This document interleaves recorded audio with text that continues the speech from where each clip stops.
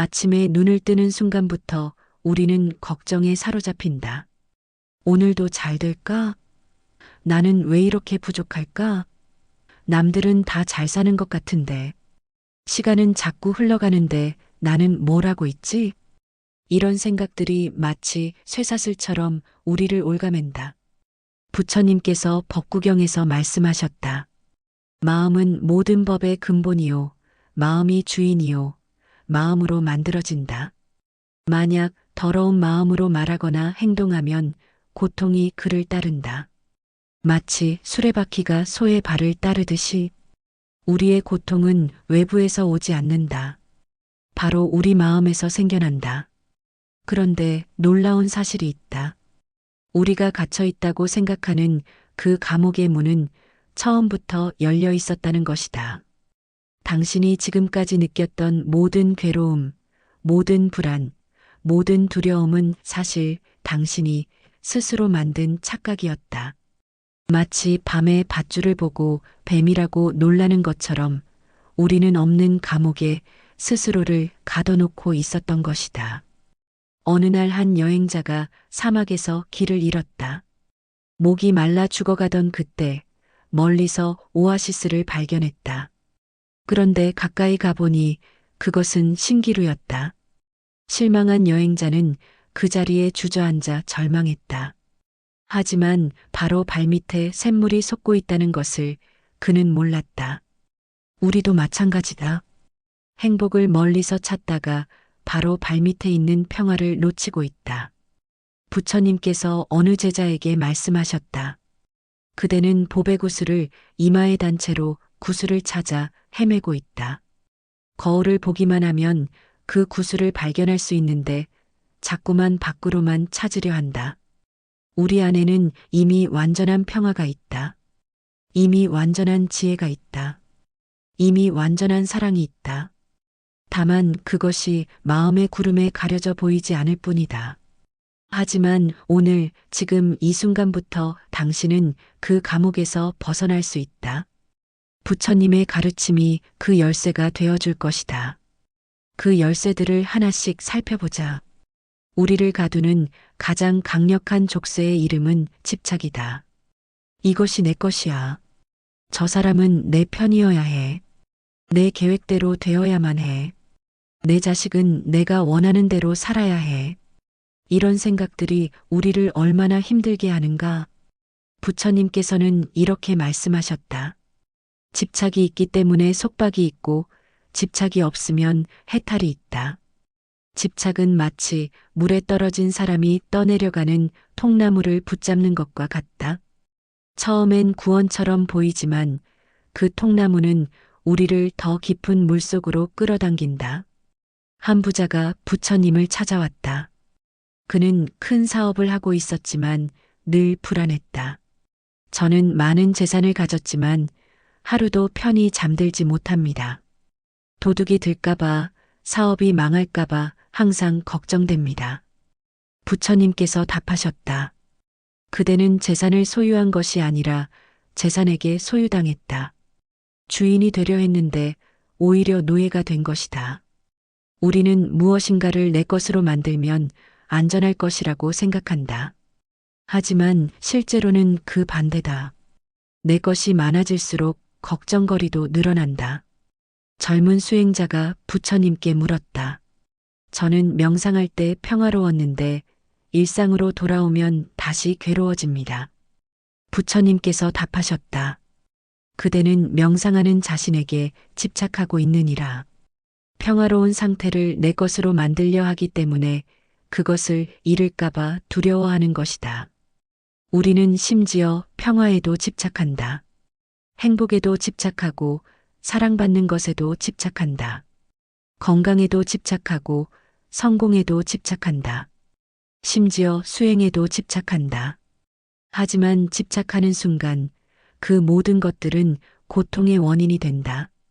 그렇다면 우리는 아무것도 원하지 말아야 할까? 아무것도 사랑하지 말아야 할까? 아무것도 노력하지 말아야 할까? 그것은 아니다. 부처님은 원함을 금하지 않으셨다. 다만 집착함을 경계하셨다. 꽃을 사랑할 수 있다. 하지만 꽃이 시들까봐 괴로워할 필요는 없다. 사람을 사랑할 수 있다. 하지만 그 사람이 내 것이어야 한다고 생각할 필요는 없다. 목표를 세울 수 있다. 하지만 그 목표가 반드시 이루어져야 한다고 집착할 필요는 없다. 물이 손바닥에 머물 수 없듯이 세상의 모든 것은 흘러간다. 그 흐름을 받아들이는 것이 지혜다. 부처님께서 말씀하셨다. 모든 것은 변한다. 변하지 않으려 하지 마라. 변화에 순응하는 자가 평화를 얻는다. 집착을 놓아버리는 순간 우리는 진정한 자유를 맛볼 수 있다. 그때 우리는 소유하지 않으면서도 모든 것을 누릴 수 있다. 마음의 감옥을 더욱 견고하게 만드는 것이 있다. 그것은 바로 비교라는 독이다. 저 사람은 나보다 잘 나가네. 나는 왜 이것밖에 안 될까? 다른 사람들은 다 행복해 보이는데, 내 친구는 벌써 승진했는데, 이런 생각들이 우리 마음에 독을 퍼뜨린다. 부처님께서 말씀하셨다. 남과 같다고 말하거나, 남보다 못하다고 말하거나, 남보다 낫다고 말하는 사람은 그런 까닭으로 논쟁을 일으킨다. 이 세 가지 경우에 흔들리지 않는 사람은 같다. 낫다라는 생각이 없다. 어느 날 두 수행자가 부처님 앞에서 논쟁했다. 하나는 저는 하루에 한 끼만 먹어서 더 청정합니다라고 했고, 다른 하나는 저는 나무 아래서만 자서 더 고행을 합니다라고 했다. 부처님께서 말씀하셨다. 그대들은 수행을 비교의 도구로 만들고 있다. 진정한 수행은 남과 비교하는 것이 아니라 어제의 자신보다 나아지는 것이다. 한 어머니가 부처님께 와서 말했다. 제 아이는 다른 아이들만큼 똑똑하지 않은 것 같아 괴롭습니다. 부처님께서 답하셨다. 연꽃은 진흙 속에서 피어나고 장미는 가시 사이에서 핀다. 각각의 아름다움이 다른데 어찌 같은 기준으로 재려하는가? 우리는 왜 비교를 멈출 수 없을까? 그것은 자아가 비교를 통해서만 자신을 확인할 수 있다고 착각하기 때문이다. 나는 저 사람보다 나아. 나는 저 사람보다 못해. 이런 식으로 자신의 정체성을 만든다. 하지만 이것은 모래 위에 집을 짓는 것과 같다. 바람이 불면 언제든 무너질 수 있다. 부처님께서 법구경에서 말씀하셨다. 다른 사람의 잘못은 쉽게 보이나 자신의 잘못은 보기 어렵다. 비교하는 마음은 남의 단점을 부각시키고 자신의 장점만 보려 한다. 이것은 진실을 왜곡하는 일이다. 하지만 진실은 이렇다. 당신은 비교할 수 없는 유일한 존재다. 장미와 국화를 어떻게 비교할 수 있겠는가? 각각의 아름다움이 다를 뿐이다. 부처님께서 말씀하셨다. 세상에 나와 똑같은 사람은 없다. 그러므로 나는 누구와도 경쟁하지 않는다. 나는 나일 뿐이다. 어느 제자가 물었다. 그렇다면 어떻게 발전할 수 있습니까? 부처님께서 답하셨다. 강물이 바다로 흘러가듯이 자연스럽게 흘러가면 된다. 억지로 빨라질 필요도 남과 속도를 비교할 필요도 없다. 비교를 멈추는 순간 우리는 자신의 고유한 가치를 발견하게 된다. 남의 빛을 부러워하지 않고 자신 안의 빛을 키워갈 수 있다. 그때 우리는 경쟁에서 해방되어 진정한 내면의 평화를 누릴 수 있다. 우리를 가두는 또 다른 감옥이 있다. 과거의 후회와 미래의 불안이라는 감옥이다. 그때 그렇게 하지 말걸. 만약 그때 다른 선택을 했다면 앞으로 어떻게 될까? 내가 늙으면 누가 돌봐줄까? 경제가 어려워지면 어떡하지? 이런 생각들이 현재의 우리를 괴롭힌다. 부처님께서 말씀하셨다. 과거를 뒤쫓지 말고 미래를 바라지 마라. 과거는 이미 지나갔고 미래는 아직 오지 않았다. 현재의 법을 현재의 명료히 관찰하라. 어느 수행자가 과거의 실수 때문에 괴로워하며 부처님께 찾아왔다. 저는 젊을 때 많은 잘못을 저질렀습니다. 부모님께 불효했고, 친구를 배신했고, 거짓말도 많이 했습니다. 그 죄책감 때문에 수행에 집중할 수 없습니다. 부처님께서 답하셨다. 그대는 지금 과거라는 환상 속에 살고 있다. 과거는 이미 죽은 것이다. 죽은 것을 붙들고 있으니 어찌 살아있는 현재를 볼 수 있겠는가? 과거는 변경할 수 없다. 아무리 후회해도 그 시간은 돌아오지 않는다. 그렇다면 왜 우리는 과거에 매달릴까? 그것은 과거가 익숙하기 때문이다. 아픈 과거라도 익숙한 아픔이 새로운 도전보다 편하게 느껴진다. 한 여인이 부처님께 와서 말했다. 저는 죽은 남편을 잊을 수 없어서 늘 슬픕니다. 부처님께서 답하셨다. 그대는 남편을 사랑했는가 아니면 남편과의 추억에 집착했는가? 진정한 사랑이라면 그의 명복을 빌며 새로운 삶을 살아가는 것이다. 과거에 대한 집착은 사랑이 아니라 이기심이다. 죽은 자를 위해서도 산 자를 위해서도 좋지 않다. 미래에 대한 불안도 마찬가지다. 만약 실패하면 어떡하지? 만약 아프면 어떡하지? 만약 사랑하는 사람을 잃으면 어떡하지? 만약 전쟁이 나면 어떡하지? 하지만 부처님께서 말씀하셨다. 미래의 고통을 미리 겪으며 현재를 망치지 마라. 고통이 실제로 찾아온다면 그때 맞이하면 된다. 지금은 지금의 순간을 온전히 살아라. 어느 농부가 부처님께 말했다. 올해 비가 안 와서 농사가 망할까봐 걱정입니다. 부처님께서 답하셨다. 비는 그대가 걱정한다고 해서 오는 것이 아니다. 할 수 있는 일을 하고 결과는 받아들여라. 걱정하는 시간에 밭을 더 정성스럽게 돌보는 것이 낫지 않겠느냐? 미래에 대한 걱정의 90%는 실제로 일어나지 않는다. 그런데 우리는 일어나지도 않을 일을 걱정하며 지금 이 소중한 순간을 놓치고 있다. 부처님께서 말씀하셨다.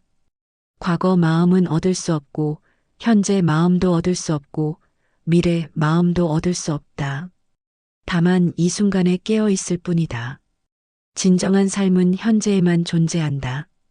과거와 미래라는 환상에서 벗어나 지금 이 순간에 깨어 있을 때 우리는 비로소 자유로워진다. 현재 순간은 우리가 가진 유일한 현실이다. 이 순간을 놓치면 모든 것을 놓치는 것이다. 그렇다면 어떻게 이 모든 마음의 덫에서 벗어날 수 있을까? 부처님께서는 구체적인 방법을 가르쳐 주셨다. 첫 번째는 관찰이다. 부처님께서 말씀하셨다. 수행자는 마음을 마음으로써 관찰한다. 탐욕이 있는 마음을 탐욕이 있는 마음이라고 알고 탐욕이 없는 마음을 탐욕이 없는 마음이라고 안다. 마음의 상태를 있는 그대로 보는 것이다. 화가 날 때, 아, 지금 화가 나는구나라고 관찰한다. 불안할 때, 아, 지금 불안한구나라고 인정한다. 질투할 때, 아, 지금 질투하는구나라고 알아차린다. 중요한 것은 판단하지 않는 것이다. 화내면 안 되는데, 라고 자책하지 말고 지금 화가 나는구나라고 중립적으로 관찰한다. 구름을 쫓아낼 필요는 없다. 구름은 저절로 지나간다. 마음의 감정과 생각도 마찬가지다. 한 제자가 물었다. 그런데 나쁜 생각이 계속 일어나면 어떻게 합니까? 나쁜 생각도 그냥 생각일 뿐이다. 생각이 그대를 조종하는 것이 아니라 그대가 생각을 보는 것이다. 두 번째는 호흡이다. 부처님께서 말씀하셨다. 들숨을 알아차리고 날숨을 알아차린다. 이것이 마음을 고요하게 하는 방법이다. 호흡은 현재로 돌아오는 가장 확실한 방법이다. 불안하거나 화날 때 잠시 멈추고 호흡에 집중해 보라. 길고 깊게 들이쉬고 천천히 내뱉는다. 호흡과 함께하면 마음의 폭풍우도 점차 잠잠해진다. 호흡은 몸과 마음을 연결하는 다리다. 호흡이 고요해지면 마음도 고요해진다. 세 번째는 자비다. 부처님께서 말씀하셨다. 모든 중생이 행복하고 괴로움에서 벗어나기를 바라라. 원수에게도 자비를 베풀고 자기 자신에게도 자비를 베풀어라. 자신을 미워하는 마음이야말로 가장 큰 감옥이다. 자기 자신을 용서하고 사랑할 때 우리는 진정한 해방을 경험한다. 한 여인이 부처님께 말했다. 저는 제 자신이 너무 미워서 견딜 수가 없습니다. 부처님께서 답하셨다. 그대가 자신을 미워하는 것은 꽃을 미워하는 것과 같다. 꽃에게 무슨 죄가 있겠는가? 그대 역시 자연이 만든 아름다운 존재다. 네 번째는 지혜다. 부처님께서 말씀하셨다. 모든 현상은 인연으로 일어나고 인연으로 사라진다. 이것을 아는 것이 지혜다. 고통도 조건이 있어서 일어나고 조건이 사라지면 없어진다. 행복도 마찬가지다. 이것을 깨달으면 고통에 압도되지 않고 행복에 교만해지지도 않는다. 이 네 가지 방법을 꾸준히 실천하면 마음의 감옥에서 점차 벗어날 수 있다. 하루아침에 되는 것은 아니지만 한 걸음씩 나아가다 보면 자유에 이를 수 있다.